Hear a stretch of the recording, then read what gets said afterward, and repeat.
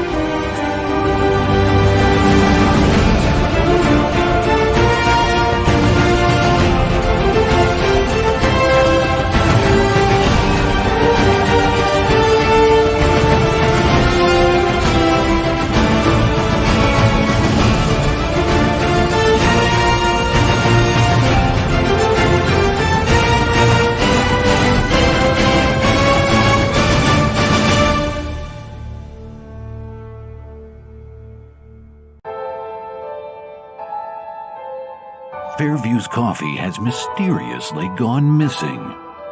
Mayhem ensues when strange, coffee-craving zombies plague the city.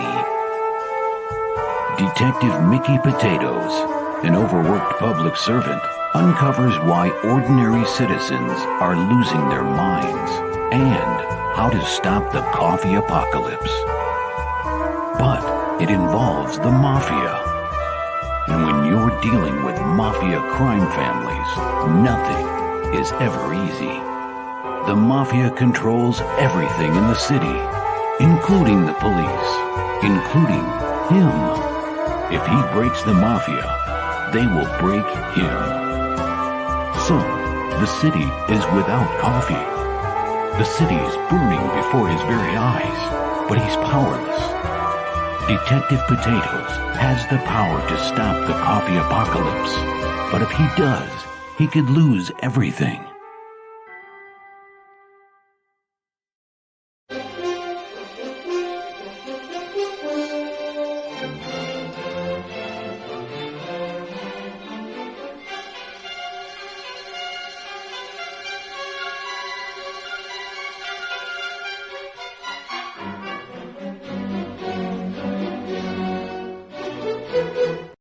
Alright, boys and girls, this is Ron from Romo Art, also from Sector 7.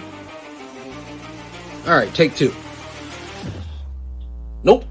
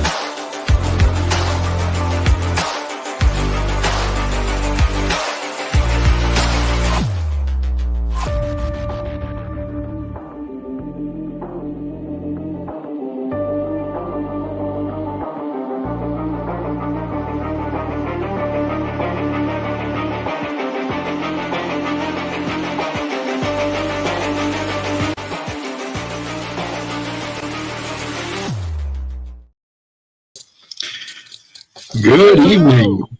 What's up? How are you? You know, I feel like I just repeat the same thing every Monday. It's just it's Monday and I'm just beat like every single one. Yeah. No, it's really true though. Like the last week, it's just been a whirlwind since I've talked to you last. It's crazy. But if I asked you on a Tuesday, would you be like, "Oh my God, I'm doing fucking amazing on this Tuesday"? It wouldn't really matter. No, because I'd be working my second job right now on a Tuesday. So, you know, like it just when I say I'm tired, it's like it's a legit thing. Like I'm seriously sitting here going, when I think about how much stuff was packed into the last week, it blows my mind.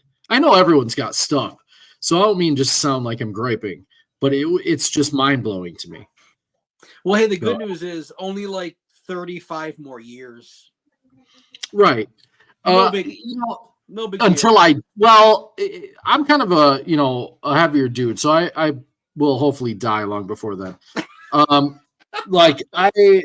Because retirement is not in the cards for me. I'm never going to be well off enough to retire. I'm going to be teaching. Most people won't. That's the boomers took the retirement. That idea is gone now. That's not Lord willing, I will be teaching when I'm 80. Be like, you get back in my day. Yeah. Okay. I'm going to be doing one of those at the front of the classroom and just, right. Yeah. Pretty much. So yeah, no, I'm good though. Overall, I'm in decent spirits. I've found some second wins today from somewhere. So nice. How are you? How was your week? Well, I mean, it's Monday. So see, you're already saying how was your week, and it's the first day of the week, so that tells me how your day was. But I mean, I don't know, yesterday was a new moon. I think it was yesterday, and the circus. I mean, the circus is in town, man. Work was a total shit show. Absolute. Every loon came in. Even loons that I saw last week were in again today, just to like double me up, and just it was unbelievable.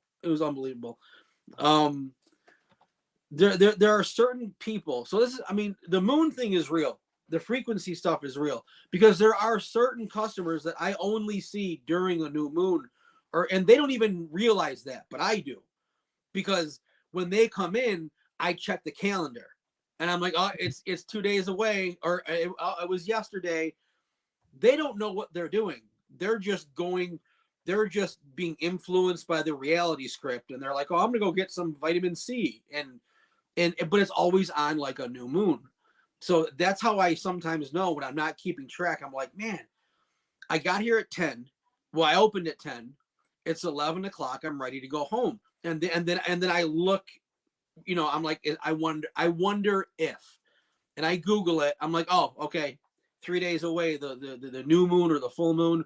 New moons are usually worse. And it was a goddamn circus today. It really was. So I am just hanging in there. I've been trying to fast. I was doing really good with like fasting until I came home. So like I'd stop eating at like 10 o'clock at night, and then I wouldn't eat all day until like 5:30. And I've been buying like chips lately around like 1 o'clock. And I try today. I was like, man, I'm not going to do it. I got to get back into a straight like long fast. And I got through enough. I got through a bunch of customers, and then like some other shit happened, and I'm like, nope, too much. I'm going to get some chips.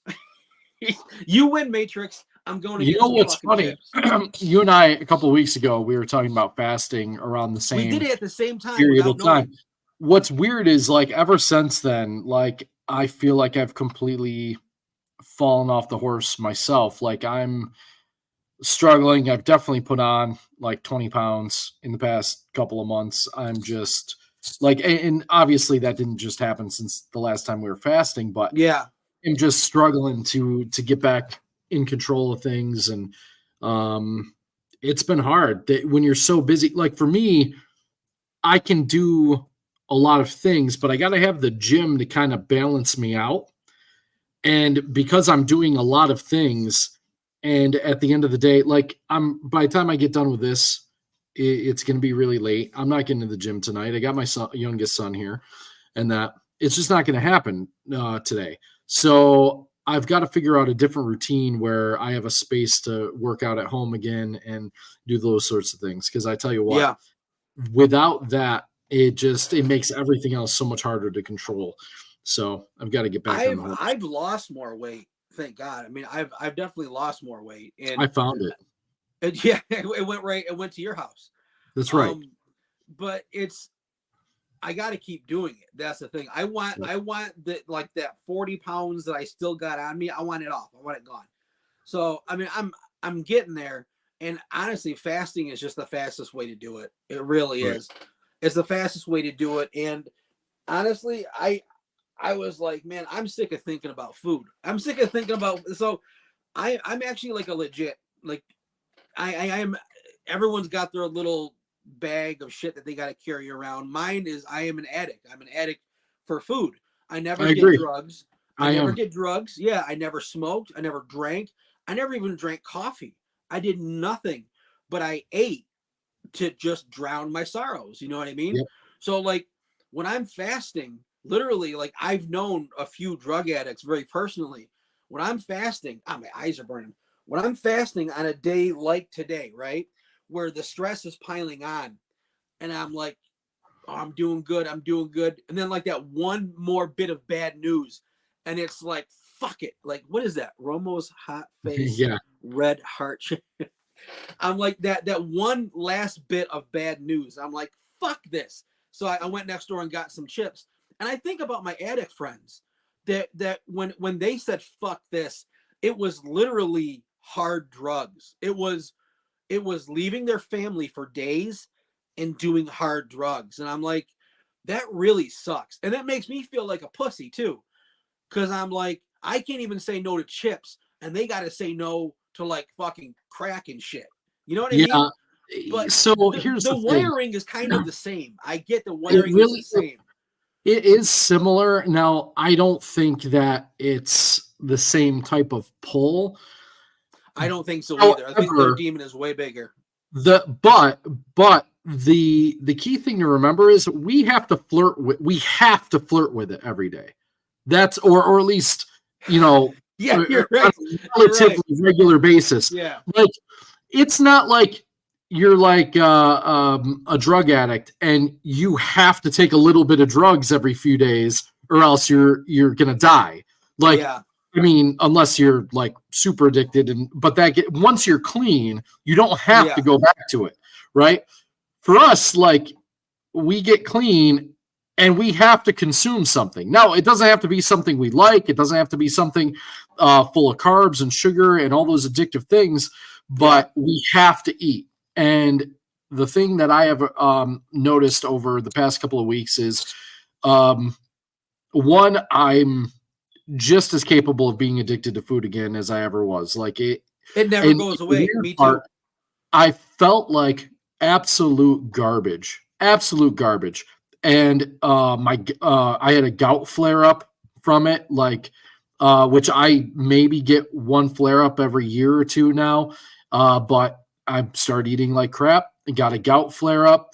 My whole body aches. I feel awful. I don't want to move. You've got inflammation. You got right. And then at the same time, I want more food. And it's like, this is stupid. That's why I started fasting. I'm like, I'm sick of thinking about food. I'm thinking about food constantly, right? And I'm thinking about food while I'm eating food. I'm like, food is the fucking problem. I'm sick of thinking. I'm just sick of thinking about it. I really got irritated with just the thought of it. So that's why I fasted. So 2.5 days, no food, no nothing. And I'll tell you what I learned was you can get a lot more done when you're not thinking about food. Absolutely. I can wake up and just go to work, and I don't need like another 40 minutes to make my shake and get all my vitamins ready and all the little things all the little prep you got to do. Right. It's gone. It frees up literally hours of your day. I agree. I also realized that for some reason, and I don't know why, it's definitely hormonal, but I'm less moody. Even my Tourette's, my facial tics that I have, those are even better when I'm not eating food. So there's some sort of biochemical hormonal thing that happens when I eat. I'm actually more cranky, which you would figure I'd be miserable when I'm not eating. I'm not. I'm better when I'm not eating. It's very strange, dude. Yeah, I feel the same way. Like, honestly, I never feel better physically than when I'm fasted. Like, and especially once you get over the craving stage, and I fast for more spiritual reasons, and that, so when I do multi-day fasts, when I do intermittent fasting, that's just weight loss stuff. Yeah. But I have done multi-day fasts, believe it or not, and usually by day 3, I feel like $1,000,000. If I get to day 3, I feel awesome, right? I got to the 3rd day. I was 2.5 days, and at that day, I did fall off. I wanted to get. I figured maybe for me it might be day 4 or something when those hormones kicked in, and you're like, "Holy shit, I feel amazing." It took longer. It didn't hit me on day 3. I thought it would, and it didn't. I'm like, I'm not making it another day. The longest one I ever did, and this has been a few years now, but the longest ever one I ever did was 7 days. I went That's full what I wanted to do. I want to do 7 to 10. 7 days was tough. And again, this was more for spiritual reasons than anything. Day 5, I remember being very difficult. Like, I remember Really? day 5 was really tough. I was very, very tired. I wanted to sleep most of the day. I hurt. And I just remember being really struggling with like the hunger pangs and things like that. But 6 and 7 were fine. I felt like by day 7 I could have kept going. It was weird. But you know, I did break it then finally. But fasting has been in my life, I have found that if I can control my appetite, everything else is cake. Yeah. It's really bizarre. Like I can have complete self-discipline as long as I can control my appetite. And unfortunately I haven't been able to do that recently. That's not been going well for me. So but Hello, Madness Network. that was a nice little talk. People probably think we're a little nutty, but Well, it's okay. We are. I think we're the only ones watching, but maybe. I think we're a little nutty, but that's okay. We have 4 viewers? Holy shit. Holy shit. It is crazy town. Yeah, right. So this topic was not fasting, but that's just how we work. No. This topic today was your idea. So it is how the internet influenced collecting. Yeah. I came up with it kind of on the fly because obviously there must be a reason though, because I don't really have. I think it's made it easier, but actually less exciting in a way. But I'll talk about that. I want you to go first. Yeah. So one, I've collected a number of different things over the years: cards, video games, toys, comic books, the whole 9, right? And still do to a certain extent in all of those areas, but the internet, and I put in our description when I shared this out, like kind of like the good, the bad, and the ugly. Because you're right, the internet did make collecting easier. There are items I would never know existed without the internet. In fact, I think the vast majority of collectibles that exist would not exist without the internet. Like, you would not have the variety of collectibles that you do today. I think back to the 90s, and the scope of what was available was so limited. And it's not just because more time has passed and they've released more things. They are hyper specialized now to where they know people are watching for the stuff.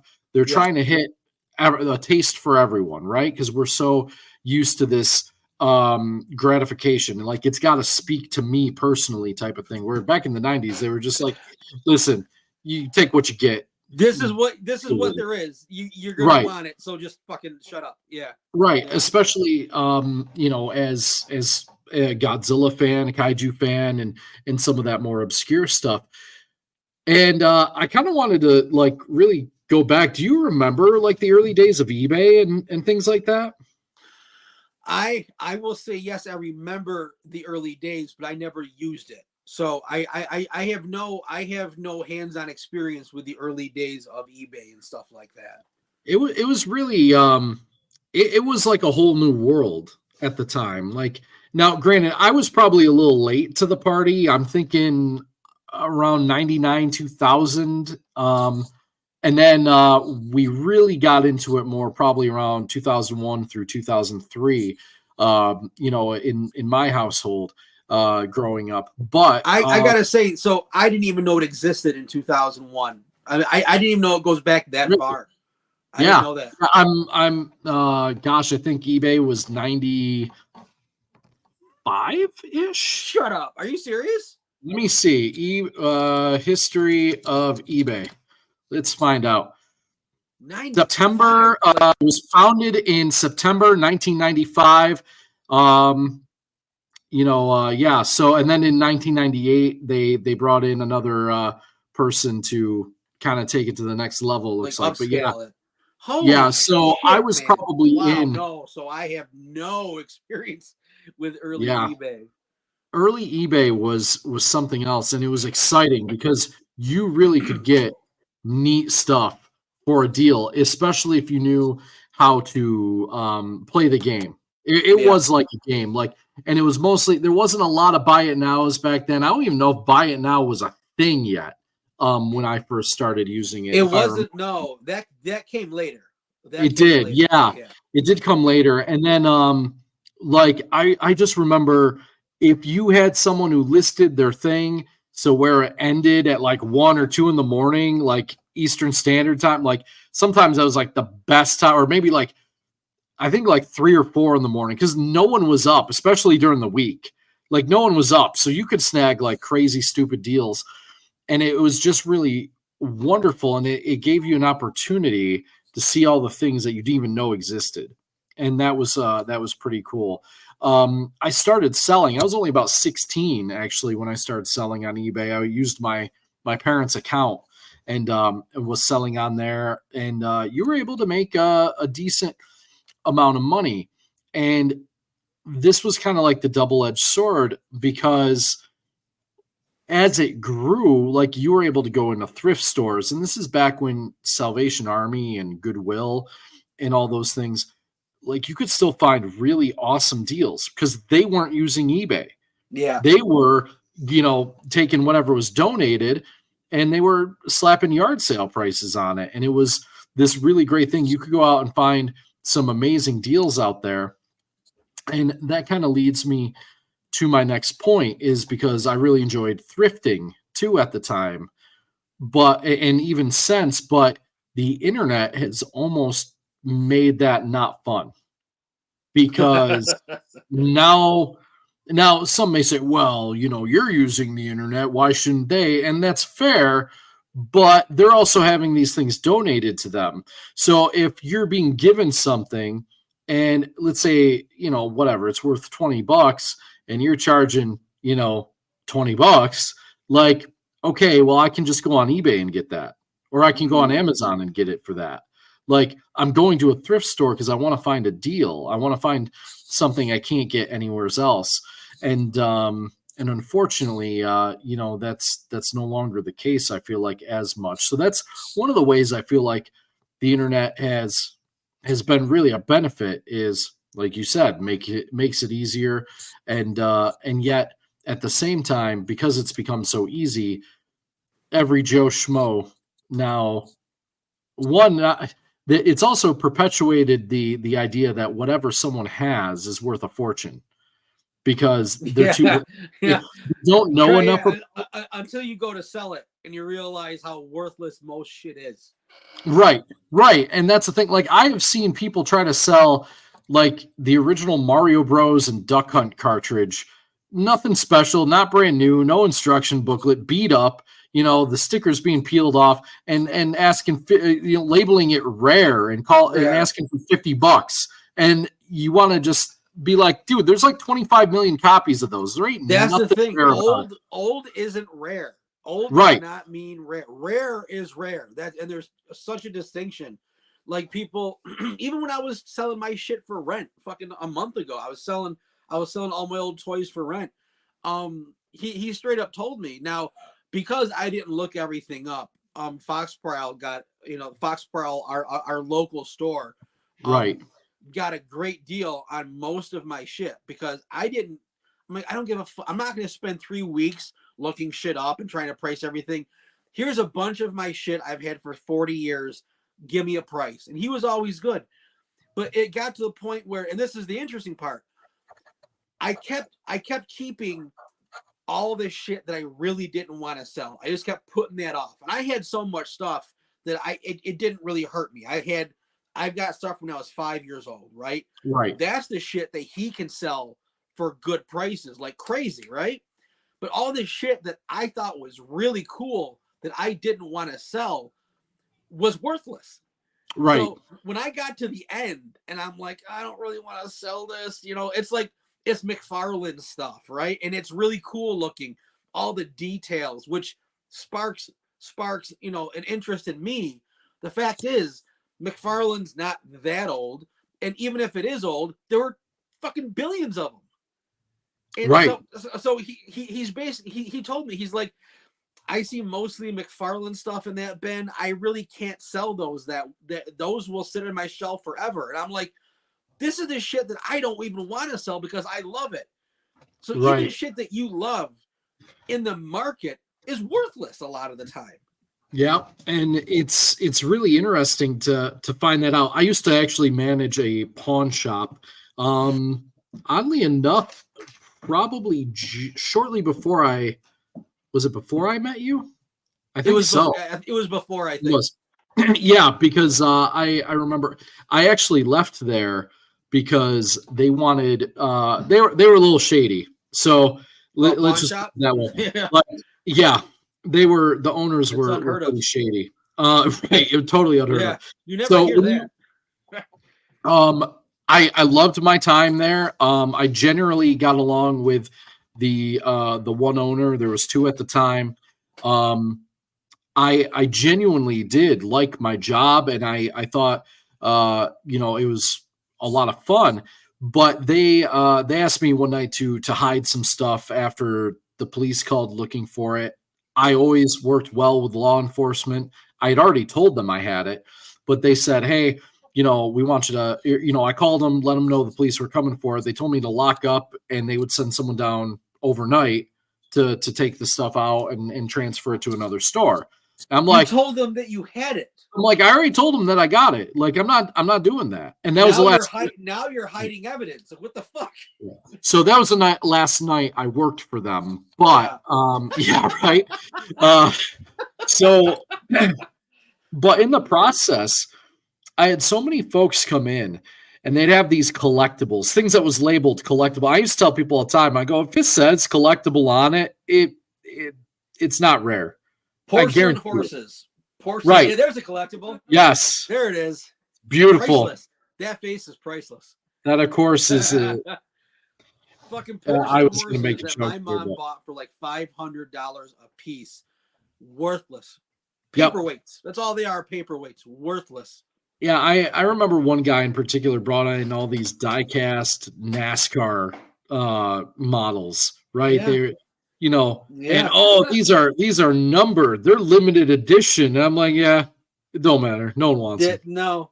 No one wants them. And that's the thing. Let's say they only made one. If zero people want them, it's still worthless. Right. Right. Yeah.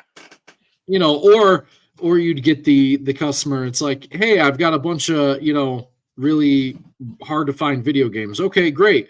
And then they want 90% of their value. It's like, no. I got to make a profit too. That's what people don't. Right. And that's the thing. By the time you either put it on the shelf and it sits there for 6 months, right, taking up shelf space, or you know, you send it off to eBay, which is going to take, you know, massive chunks of you know, profit out of you too. It's one of those things. So I think the internet really gave people this idea, because I remember there used to be all these clickbait articles like, oh, what's in your, you know, attic that's worth a fortune, right? Oh, and God. it would say a Sega Genesis recently sold at auction for $5,000. And it's like, yeah, you didn't say it was like a mint condition, never opened, pristine. You are talking like the most pristine examples of something, right? Yeah. Would sell for stupid amounts of money, probably graded nowadays by a grading company. But even then, that's been something that's been in existence for a while. You've been able to get old sealed video games graded for quite some time. And if you've got the cherry of the bunch, sure, you might be able to make a decent profit on it. But your old Sega Genesis that you and your brother threw out the trailer window, like one time when you got mad at him, it's worth $20. Sorry. Yeah. And that's probably not even that, because your controllers are likely busted and you don't even have the AC adapter. Right. So for let's see. Brittany said that's if it's even real or true. People can literally say anything on the internet. Someone like me can edit Wikipedia. That's a great point. I used to tell people, go check the sold eBay listings and look for, the most recent examples and around the prices they're selling for in that condition, because that's your most accurate gauge of the market. Well, that's the same thing. Like when I used to work at Geico, and they'd be like, they had to tell us what their car was worth, or they sold a car, and I forget why they had to tell us that, but they would always say Kelly Blue Book. Listen, Kelly Blue Book is worth as much as your toilet paper. All right, just use it for that instead. It's a worthless book, because what we paid out was fair value for roughly the same car in your town. So it has to do, like a Honda in some small town like us, like Batavia, it's the same car as it would be in New York City, but those prices are very different. Very different. Yes. So it's like, well, it's Kelly Blue Book. No one cares. No, you're gonna get $5. That's it. I don't care. Yeah, I know. And it's funny because I'll see, and keeping with the internet theme here, like I will see so many. I was recently looking for a truck because I got taken to the cleaners on the one I bought, but that's another story. Is that the one that exploded? Yeah, it's the one that's got as many problems as I do. It's actually a very appropriate truck for me. But I see people. I recently saw one posted somewhere on Marketplace. It was like, it had 250,000 miles on it, and they wanted $14,000. I'm like, no one's paying $14,000 for that. They would have to be crazy. Yeah. Like I would have to be crazy or like on my deathbed and rich to just be like, yeah, okay, I need a truck for a day until I die. Like, let me pay $14,000 for that. And that's not a knock on the person that's selling it, but I think you have unrealistic expectations. Like, I've seen a bunch of them like that, where I was just like, I saw one with over 300,000 miles on it that they wanted $15,000 for out of Buffalo, I think. And I'm like, what are you doing? Like, it was insane. So it's just one of those things where it makes you wonder, like, is the internet actually helping folks? And it's kind of taken away some of that, roadside quality, going to the yard sales and finding a decent deal, where those types of things helped you provide for your family, like something you couldn't otherwise. You know what I mean? Let's see. I would say saturation. You think so? By far, saturation. Saturation. Yeah. Listen, and I'm speaking purely from like an artist comic book who needs to sell his skills, kind of thing. Yes, it's made it easier, but it's just made it easier to post a resume of your work. But at the same time, now there's 6 billion of me looking for the same shit. And saturation's a killer. Just like the indie, just like the indie market. It's saturated. And all the numbers are dropping. Saturation's a fucking killer, dude. Yeah. Well, it's the easiest it's ever been. Yeah, we're flooded. And it's the worst economy it's ever been. Good luck. That's why there's 4 people watching us, right? Because there's 150,000 other guys doing exactly what we're doing right now. Yeah.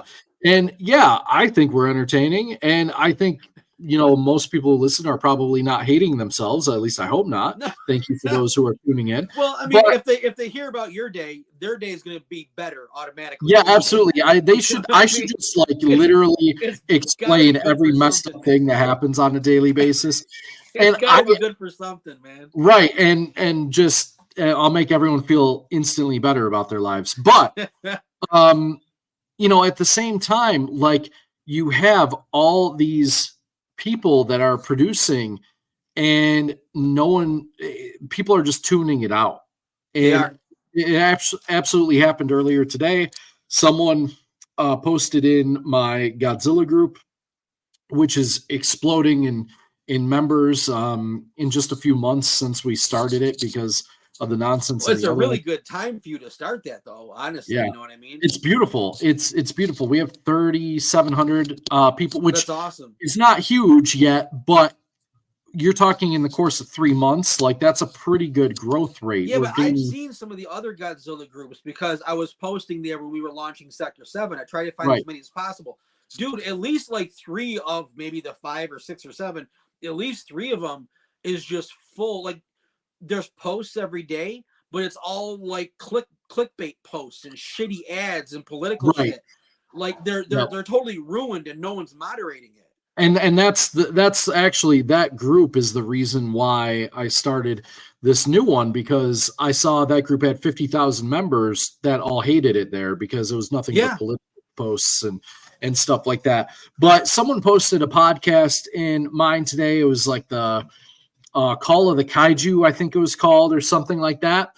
And you know what? I felt sad because it's like, man, like, there's another, and it wasn't that I'm upset that they're doing it. Like, I want them to enjoy the fandom. If that's what makes them happy, more power to you. But I was just like, someone made the comment that, like, man, it seems everyone has a podcast nowadays. And it's like, yeah, I've got 2, Yeah. It's like one of those things where, and the other one, I think our best show had like 19 viewers at its peak or something like that. It's fun. I love doing this. Like, I think it's a lot of fun, and that's really where you got to be at. Like, I think that's where we're at, is we just enjoy shooting the breeze and talking to each other. So might as well do it on camera and hope some people honestly tune in. Yeah, I mean, I dropped my own Friday show because I'm like, you know what, Friday, by the time I get through the week and I come home even though my Friday is actually Saturday because I work 6 days a week, when I come home on a Friday night, the last thing I want to do is get back on and talk to people. And because I talk to people all day long, I'm in customer service. And Friday is like the end of the week, and it was just difficult. It always ended up being a good show, but the fact is, like, there was just something about that one that I was just like, oh my God, like, I just want to sit down. I don't want to do anything else. Sure. And the show would actually snap me out of my mood within just a few minutes, and I would end up having a good time. But honestly, I needed something, and that's why I'm not going to ditch this one, because like, it's just easier doing it with you. I agree. I mean? It's just easier doing it with you. And honestly, the numbers don't justify me being like, oh my God, I just want to sit down. I don't want to do this. They don't justify it. So I'm like, fuck it. Right. I don't need 2 shows. I need 1 show with Matt. And then whatever we got to sell, whatever we're pushing, whoever we want to interview, we can do it here. Right. And same thing, we also have if you do want to branch out, or, obviously I have the kaiju focused one, we can do that. I think honestly, if you do one separately, your best bet at getting people to tune in would be a draw stream. Like, people would watch. I know. The problem is, again, I'm not drawing for me. I'm drawing for other people, and I can't show that work. You know what I mean? Right. I just can't. And I'm not going to do a draw. Like, I'm having trouble getting pages done now just because, like, my artwork got a little bit better after my neck injury. Like, I don't know why, but it got a little bit better. But now it's taking slightly more time. I'm putting more emphasis on page structure. So not just detail, but actually trying to get like the different variations of thick black and thin black and medium to create depth in each panel, trying to lead the eye better through each panel. So there's more thought that goes into a lot of it. It's not the detail, it's the structure that I've gotten better at. So it's actually taking a little bit more time to do these newer pages. Right. So it's like I just, whatever time I'm drawing, and until I get the store. When I get the store next year, when I get and I have a base of income, I won't have to draw for money. I can draw for our own projects. You know what I mean? Right. But right. until then, thank God for Chris and thank God for Ginge. Ginge from the Ginge and Pedro show picked me up, and I'm going to be doing a horror book that he is writing. Nice. So I was really, check this shit out too, man. This is crazy. He just wrote me yesterday. I think it was yesterday. They tend to blur together. I think it was yesterday that the writer creator of Final Destination he had interviewed and kept in touch with, he's going to be editing Ginger's script for the book. So that's fucking cool. That's really cool. That is cool. Very cool. While I'm taking a break from Nano 13, while Chris is launching the first issue, I'll be working on Ginger's. I will have time to still do some extra covers and stuff. But again, like I can't do just, and I'm not even set up for a draw stream. I still haven't gotten the right thing because I don't draw on paper. I draw digitally. I know there's ways to set it up, but it's honestly, dude, I know it would be draw streams, but I do this stuff only to sell what only to sell what I do. It's the YouTube thing is not my passion. It's just not. I'm literally only here because I have to be to sell. That's just how you sell what you do now. You know what I mean? Sure. Yeah, you know what's funny is I get passionate about this stream because we're doing it together, and like I said, we can get together and talk all the time, and it just clicks. It just works. I'm passionate about my other one because I love giant monster stuff. I could talk about that all day, every day. If I had to consistently talk about movies that I dislike or things I dislike, like with anyone else, I'd probably get pretty bored, depending on who it is. But I don't do the whole we've been on some shows and things like that, and some of them they stick to current events, and it just makes me miserable, right? It just makes me miserable. Doesn't make me, the current event stuff doesn't make me miserable. I feel bad because I feel bad. Yeah, I feel bad because although I agree with what they talk about, the fact is I still don't think it's real. Like I literally, my base view is we live in the fucking Matrix. So I don't actually have a dog in the fight. Like I agree with right wingers more, but honestly, you know what? In 1990, guess what? I would have been considered a liberal when liberalism was normal back then. You know what's blowing my mind? What is absolutely a lot of us, a lot of us that would be considered classically liberal, unfortunately got pushed into the right wing because it got so crazy. It doesn't make us right wingers. It's just that if you're forcing us into one camp, we just ended up in the right wing. But honestly, both wings are attached to one bird. I don't give a shit. I think it's all fake. I think we're in the Matrix. I think Trump's in on it. I don't fucking care. But if you want to talk about it, I'll talk about it. It doesn't make me miserable. It's just that I feel bad because I'm like, guys, my true opinion is that it's not real. I don't care what you're talking about. It's not real to me.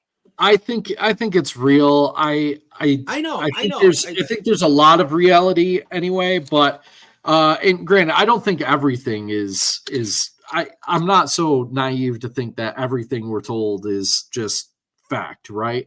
That's not what I'm saying. But I also recognize that honestly, even if it's not, there's not a darn thing I can do about it, and I don't care. Like it's just and there's not. And I used to try. I mean, you know how I was. I was very adamant. I always shared my opinions and tried to get people to believe the truth. And I'm like, you know what? There's actually more people that know what I'm talking about now, and things are getting worse. It's not getting better. It's like, I don't think it's my job to preach to people because it doesn't do anything. I like I said, I think we're in a simulation. I think reality is running a script, and you have some control over your own bubble, but the larger simulation is running a show. And honestly, it's kind of weird because in a weird sort of way, and you know, obviously I have my own views and things like that. It kind of almost sounds like you're describing like God's sovereignty kind of thing, which is oddly enough, like almost like something that aligns with like, yeah, like honestly, I don't have to worry about it because, you know, something bigger than me is in control of it. Right. And I totally. And you know what? Hey, I obviously, you know, you're Christian, I'm not, but because of the basis of what we believe, we just don't really, I don't want to say we disagree because we've never had a disagreement. It's just opinions.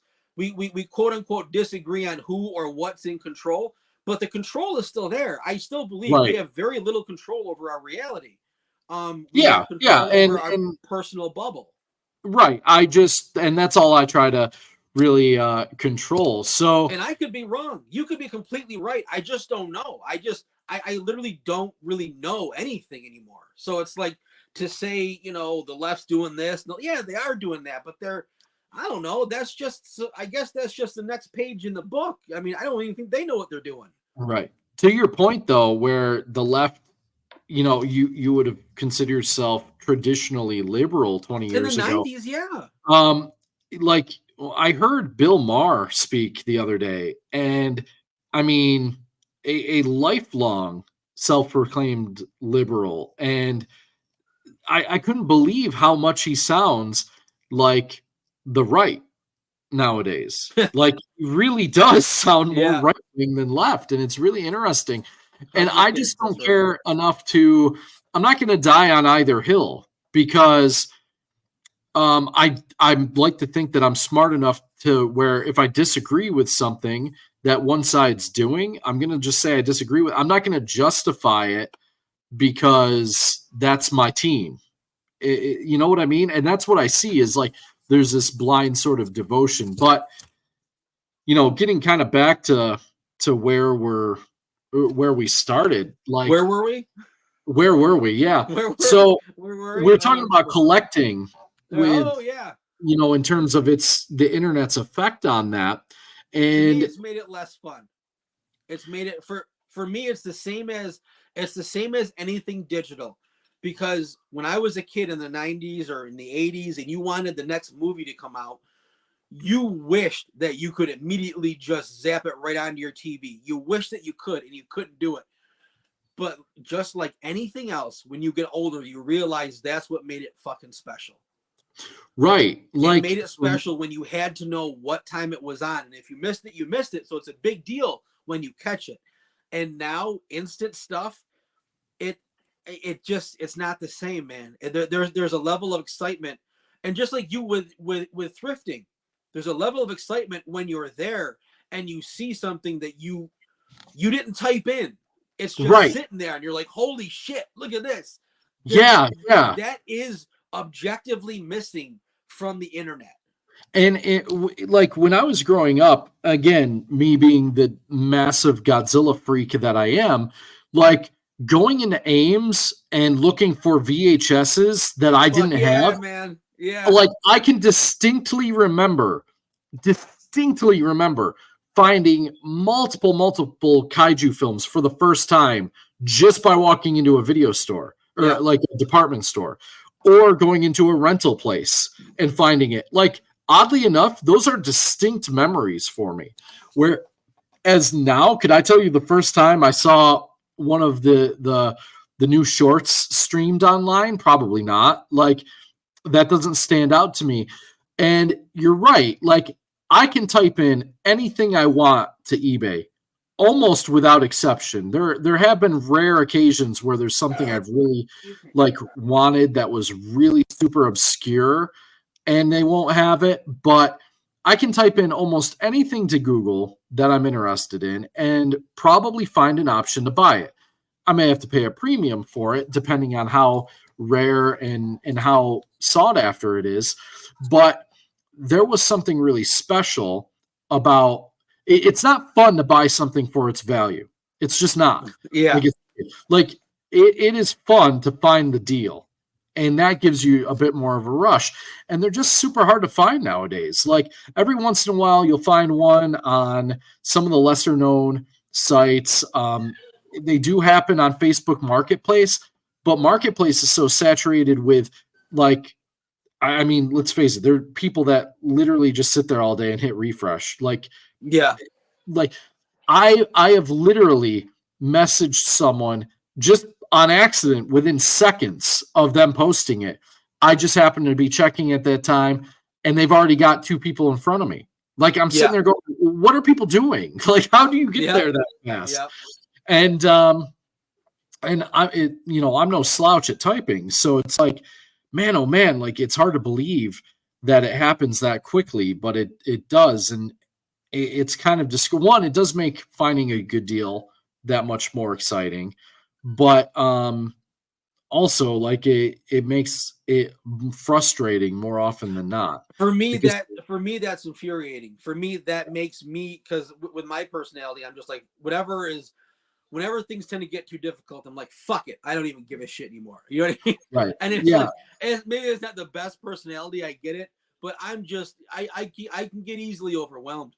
And I'm like, that fuck it. It just kind of saves my, that like, the fuck it really, it saves my mental mental frustration, because that shit drives me crazy. Like when like you said, you just saw it, there's already 2 people there talking to the guy. Like, what fucking chance do I have? Like, fuck it.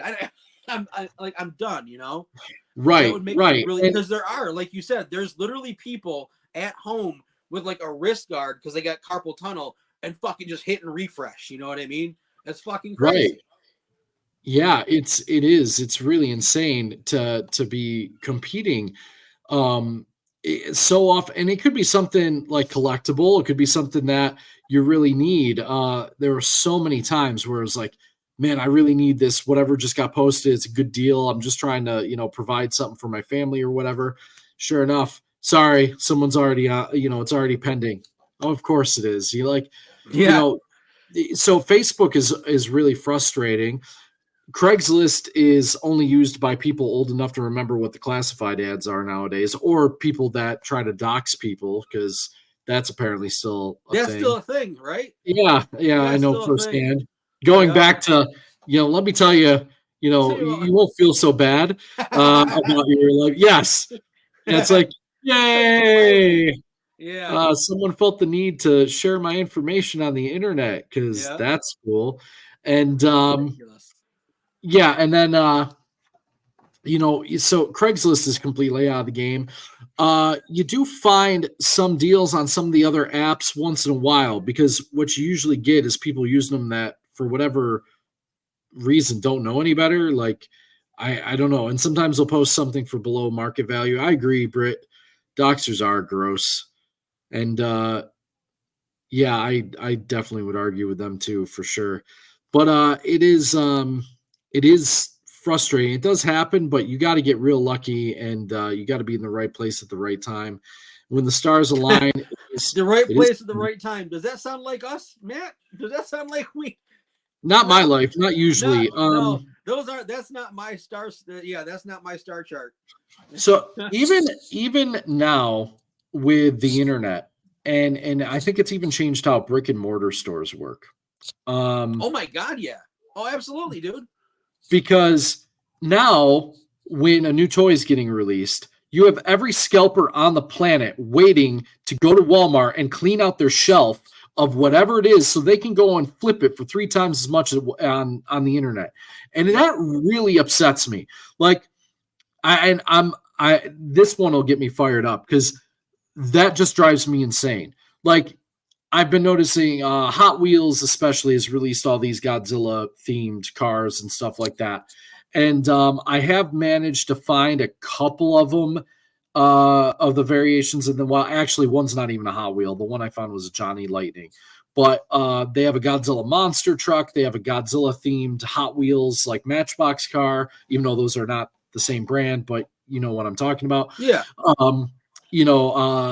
They have several variations of this monster truck. One's huge. I can't find that anywhere because the one day I was in Walmart and I saw a guy literally taking all the branded ones in triplicate and, you know, for no other reason than to go home and flip them. And, you know, you go home and you find dollar Hot Wheel cars on sale. Well, buy it for me for $10 plus shipping. And it's like, that's not fun. Like, and one, yes, I'm a collector, but so are my kids. So yeah. I want to buy, before I get one, I'm buying my son a monster truck. I'm buying my son a Hot Wheels car, you know, those types of things. So it's really, you know, frustrating. The Ninja Turtles re-releases. Have you seen those? No. They actually have a line. Playmates has a line of the original Turtles figures. Okay. They're not exact. Some of them have slightly different or altered sculpts and paint jobs and things like that. But the packaging looks original. It's very, very nice actually, and they're super affordable. They are less than $10 at Walmart per figure. Oh, nice! Which is crazy. It's unheard of now. Yeah. Yeah. Nowadays, to find a decent action figure for less than $10 is a huge deal, especially if they're collectible in any sense of the word. Nice, Pops. Yeah, no, I collect everything in triplicate now anyway, because I've got two sons. So I know, you know, it's all going to them one day anyway. But the thing was, these figures almost right away, like you had to fight to get all the harder to find. Like there's some they'll come multiple to a case or whatever, and then some only will have one or something like that. Yeah. And all the rare ones are getting bought up before you can get to them, and you're finding them being flipped online. Actually, I just saw one the other day. It was a Hot Wheels monster truck of the Wienermobile that someone was trying to sell online. This was a $4 car at Walmart. $30 they're for online. Yeah. And honestly, no one's going to pay that because even eBay is cheaper than that. But still, they were like $15. And that I'm sitting there going, it just takes the fun out of it. You know, Rod keeps his son's stuff. I do, dude. If I see something I want, like his Godzilla stuff, if I see something I want, and it's like, let's say it's on the floor, and it's just missing an arm or something, I'm like, fuck this. So I take it, I find the arm, put it back together, I put it on my shelf. It's like, it's mine now. It's mine now. I actually had remember that Gigan that you bought him? I've had that on my shelf before. He keeps taking it back though. That's funny. That's funny. What's